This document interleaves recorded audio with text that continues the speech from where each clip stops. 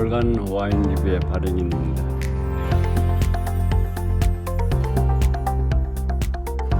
오늘은 지난번 이야기에 이어서 57번째 까베르네 소비뇽의 세계라는 주제를 갖고 이야기를 하도록 하겠습니다. 이 까베르네 소비뇽이 어떤 와인인지를 이렇게 표현하는 글을 제가 하나 정리했던 일이 있어서 오늘 여기에 그대로 옮겼습니다. 이 병 속의 와인을 글라스에 따른다. 그리고 우선 잔 속의 와인의 색상을 살펴본다. 짙은 검붉은 색깔 아니면은 선명한 보라빛을 띤 가몽색의 와인을 만나게 된다. 향은 어떠한가? 과실향이 넘친다. 서양 사람들이 이야기하는 블랙 커런트의 향이다. 이렇게 제가 간결하게 까베르네 소비뇽에 대한 이야기를 서두에서 말씀을 드렸는데, 여기 이제 한 가지 향은 어떤가 하는데 이야기를 하면서 제가 블랙 커런트를 이야기를 하고 있습니다. 여러분, 사실 우리들 마시는 와인은 어디까지나 저쪽에 서양의 문물이기도 하고 거기서 생성된 물자들이기도 합니다. 그런데 가장 이렇게 어떨 땐 난감한 것이 뭐냐면은 향을 표현하고 맛을 표현할 때 서양 사람들이 그동안 해왔던 이야기들을 우리들에도 그냥 그대로 적응을 시켜서 이야기할 때 사실은 그 중에는 정말 제대로 뜻도 모르면서도 이야기하는 분이 전혀 없지는 않다고 저는 생각합니다. 저 자신도 여러 차례 블랙 커런트가 뭐냐고 자꾸 회의를 오랫동안 가졌던 일이 있는데, 이 회의를 제가 풀었던 것이 독일의 와인 산지를 이렇게 취재를 하고 다닐 때 그때 아내 한 분이 이렇게 기슭에 잔뜩 피어 있는 과실나무를 가리키면서 바로 이것이 블랙 커런트다 하는데, 이 블랙 커런트는요, 제가 시골에서 자랐기 때문에 어릴 때 그 산 언저리에서 지천으로 널려져 있는 까마까치밥 나무의 그 과실입니다. 까마까치밥 나무. 이 까마까치밥 나무의 그 까만 이렇게 약간 붉은 빛깔 띄우면서 자주 빛깔에 아주 어쩌면 좀 짙은 검은 빛을 띤 그러한 색상을 띤 과실인데, 그때 허기지고 배가 고플 때니까 그저 한 줌씩 뜯어먹고 했던 기억이 지금 나서 하는데, 바로 그것이 블랙 커런트다. 이렇게 한번 여러분들에게 짚어드리겠습니다. 제가 지금 포도종의 이야기를 이제 몇 차례 하고 있는데, 포도종이 독자적으로 고고한 맛과 향을 가진 와인들이 있습니다. 피노누아나 리슬링 같은 이러한 포도 품종은 절대로 다른 포도종을 불러들여서 같이 파트너로 참여시켜가지고 어떤 새로운 특질을 얻어내는 그러한 일은 하지 않습니다. 왜냐하면 제 자신이 갖고 있는 기본적인 하나의 개성과 우월성을 갖고 있기 때문에 그렇습니다. 사실은 까베르네 소비뇽도 그런 면에서는 비슷합니다. 그러나 까베르네 소비뇽의 흠집이 하나 있습니다. 뭐냐면은 탄닌이 지나치게 세다. 그리고 결이 지나치게 튼실하다. 이런 몇 가지 이유 때문에 와인을 마시는 분들 가운데 부드러운 걸 즐기는 분들은 그와 같은 까베르네 소비뇽이 지니고 있는 흠을 수용을 하려고 하지는 않습니다. 해서 까베르네 소비뇽도 자기를 좀 부드럽게 해줄 수 있는 파트너를 찾는데 바로 메를로입니다. 메를로 자체가 유순하기 때문에 그 유순한 메를로를 불러들여서 파트너를 삼아서 더 나은 이 특질을 나타내는 와인을 빚는다. 이렇게 이해해 주시면 되는데, 해서 까베르네 소비뇽이 블렌드를 하느냐 안 하느냐 하는 것은 그 산지의 특성이나 그때 그해 수확과도 직결되는 문제이기 때문에 반드시 한다 안 한다 이렇게 이야기하기는 힘든 이야기입니다. 이 포도종의 특질 가운데 하나가 대단히 강인한 뿌리를 갖고 있고, 다음에 주변에 이 때로와의 적응력이 뛰어납니다. 해서 이 포도종은 지구의 북반구나 남반구 가릴 것 없이 와인이 나는 곳에서는 전부가 까베르네 소비뇽을 빚어내고 있습니다. 해서 어느 면에서는 이 지구상에서 가장 많은 양 그리고 더 넓은 이 번성지를 갖고 있다 이렇게 이야기하시면 됩니다. 특히 찬 지방 즉 북반구에서 나는 까베르네 소비뇽과 이 상하이 더움이 있는 남반구하고는 기본적으로 조금은 틀리는 특질을 보입니다. 북반구 쪽에서는 굉장히 그 결이 세고 다음에 탄닌이 세고 이런 데 비해서 남쪽에 남반구 이렇게 늘 햇빛이 쬐는 상하이 남반구에서는 이 까베르네송이 약간 농밀한 맛을 띄우고 있다 이렇게 이해하시면 되겠습니다. 이제 두 번째 카테고리는 그러면 이러한 까베르네 소비뇽이 지구상에 다 난다고 이야기하는데 그거 뭐 다 마실 수 있는 건 아닙니다. 그 중에서도 정말 좋은 까베르네 소비뇽이 나는 그 명산지라 그럴까 명품이라 그럴까 이 명산지가 어디에 있느냐 하는 것을 이야기할 때 조금은 주관적인 경우가 있기 때문에 제가 가능한 그동안 오랜 동안 와인을 만지면서 이야기할 때 특별한 팩트가 있으면 그것은 틀림없이 그 고향이라고 이렇게 지목을 할 수가 있습니다. 첫째, 까베르네 소비뇽의 진짜 원 고향은 사실은 보르도입니다. 보르도 중에서도 지롱드 강과 소데른 강을 중심으로 해서 왼쪽에 있는 즉 좌안하고 이 다음에 생떼미령이 있는 우안하고 이렇게 두 군데를 구분해서 봤을 때 까베르네 소비뇽은 지롱드 강 좌안 즉 왼편에 있는 메독과 그라브 일대에서 훌륭한 까베르네 소비뇽이 난다 이렇게 이해하시면 될 것 같습니다.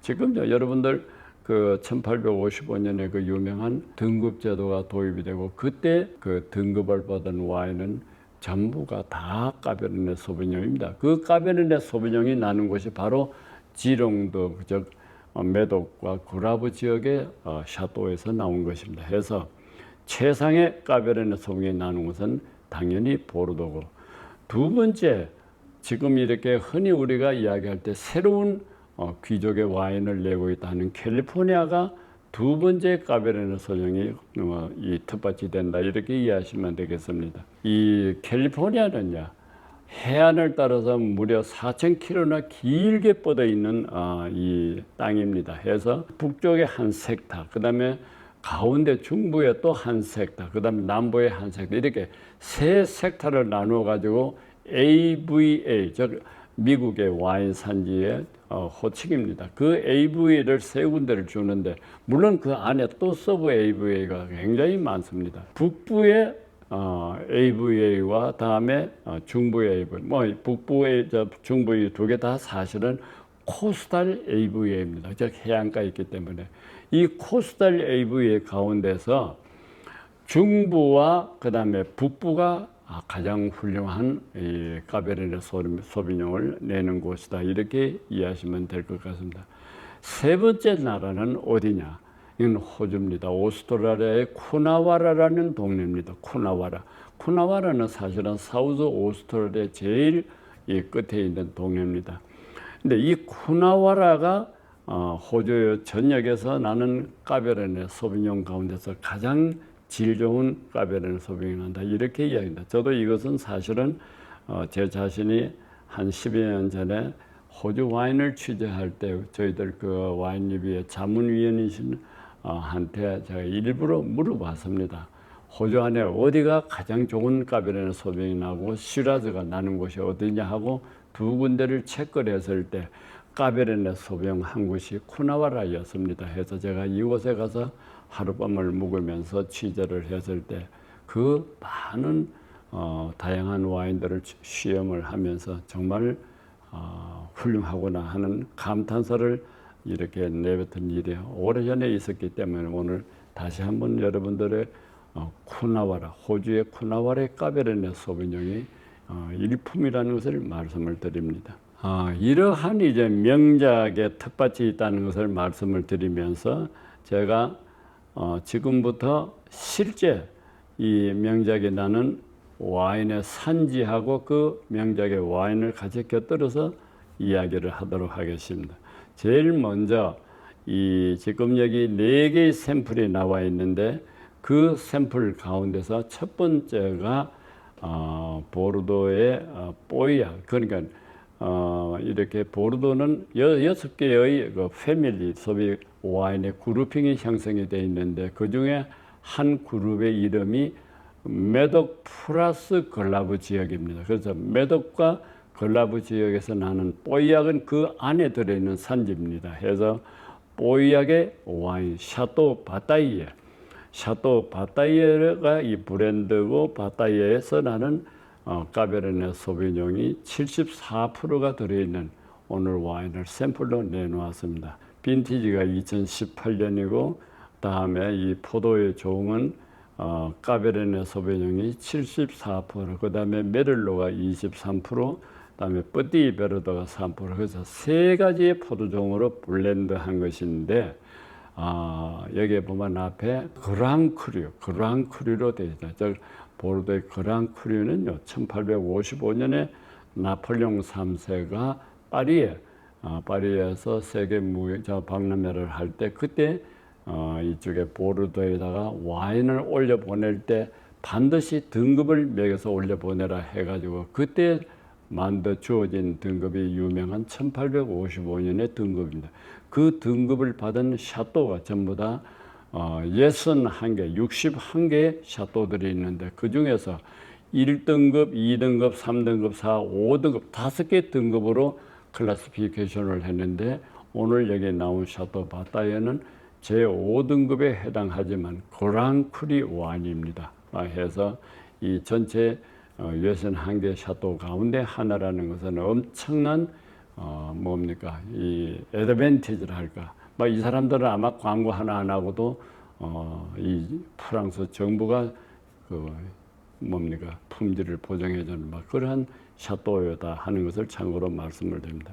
이 와인을 들여오는 것은 하이트 진로입니다. 하이트 진로야 지금 제가 여러 차례 말씀을 드리지만 와인 업계에서는 제가 알기에는 가장 훌륭한 그리고 가장 좋은 포트폴리오를 갖고 있는 유통 수입사라는 것을 다시 말씀을 드립니다. 다음 두 번째는 캘리포니아 북부가 있고 그다음에 중부 이 AVA가 있다. 중부 소비 코스탈 AVA가 있다. 이렇게 말씀을 드렸는데 두 번째 나온 이 지금 와인이 미국의 파소로블이라는 곳에서 빚어진 와인입니다. 파소로블. 이 파소로블은요. 저쪽에 위에 북쪽에 그 샌프란시스코에서 그 다음에 남쪽에 로스앤젤레스에서 두 메가시티에 거의 한가운데 자리하고 있는 곳입니다. 그리고 이 파소로블의 이 와인은 제가 유튜브 제 9강 때 한번 강론을 했던 와인인데 참 정말 이 와인이 기분 좋은 까베르네 소비뇽입니다. 이유는요 간단합니다. 첫째 가성비가 참 좋다 하는 이야기입니다. 이렇게 값비싸면 당연히 좋은 질의 와인이겠다 이렇게 생각하는 게 아니라 그건 그림의 떡이죠 오히려. 근데 실제 우리 주변에서 이만한 가성비 좋은 와인을 제가 쉽게 찾지를 못해서 흔히 제가 대외 강의를 할 때 이 와인을 가끔 쓰고 있습니다. 그만큼 브로드사이드는 이 사람들 그 와인 메이커의 브랜드입니다. 라벨 나오는 브랜드이기 때문에 파소로블의 와인이 오늘 여기 나왔다 하는 것을 참고로 말씀을 드립니다.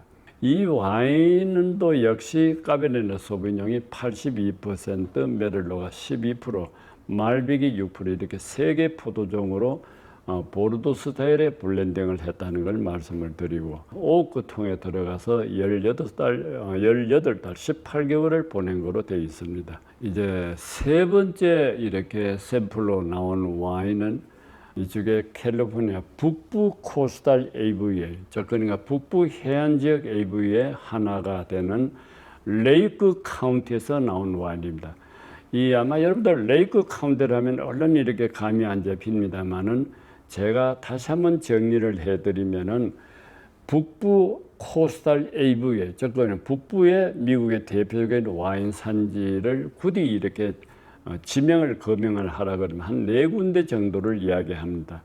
첫 번째가 레이크시티, 두 번째가 맨도시티, 세 번째가 나파밸리, 네 번째가 소노마입니다. 거기에 로스카를로스를 넣어서 5개의 카운티를 넣기도 합니다만은 로스카를로스는 나파에도 들어가고 소노마도 들어가기 때문에 독립성이 좀 약해서 제가 4군데를 말씀을 그 4군데 가운데 하나가 레이크시티입니다. 그래서 이 레이크시티도 북부 AVA 중에서는 대단히 유명한데 특히 까베르네 소비뇽이 아주 훌륭한 것이라는 것으로 되어 있습니다. 그래서 한 가지 특징적인 것은 말씀을 드리면은 까베르네 소비뇽을 100%로 갖고 빚었다 하는 이야기입니다. 제가 서두에 말씀을 드릴 때 자기 스스로가 충분한 경쟁력과 좋은 입맛을 만들 수 있는 와인을 빚을 수 있는 자신이 있으면 굳이 다른 이렇게 포도종을 불러들여 가지고 파트너로 삼지 않는다 하고 말씀을 드렸는데, 이것이 지금 여기서 보면은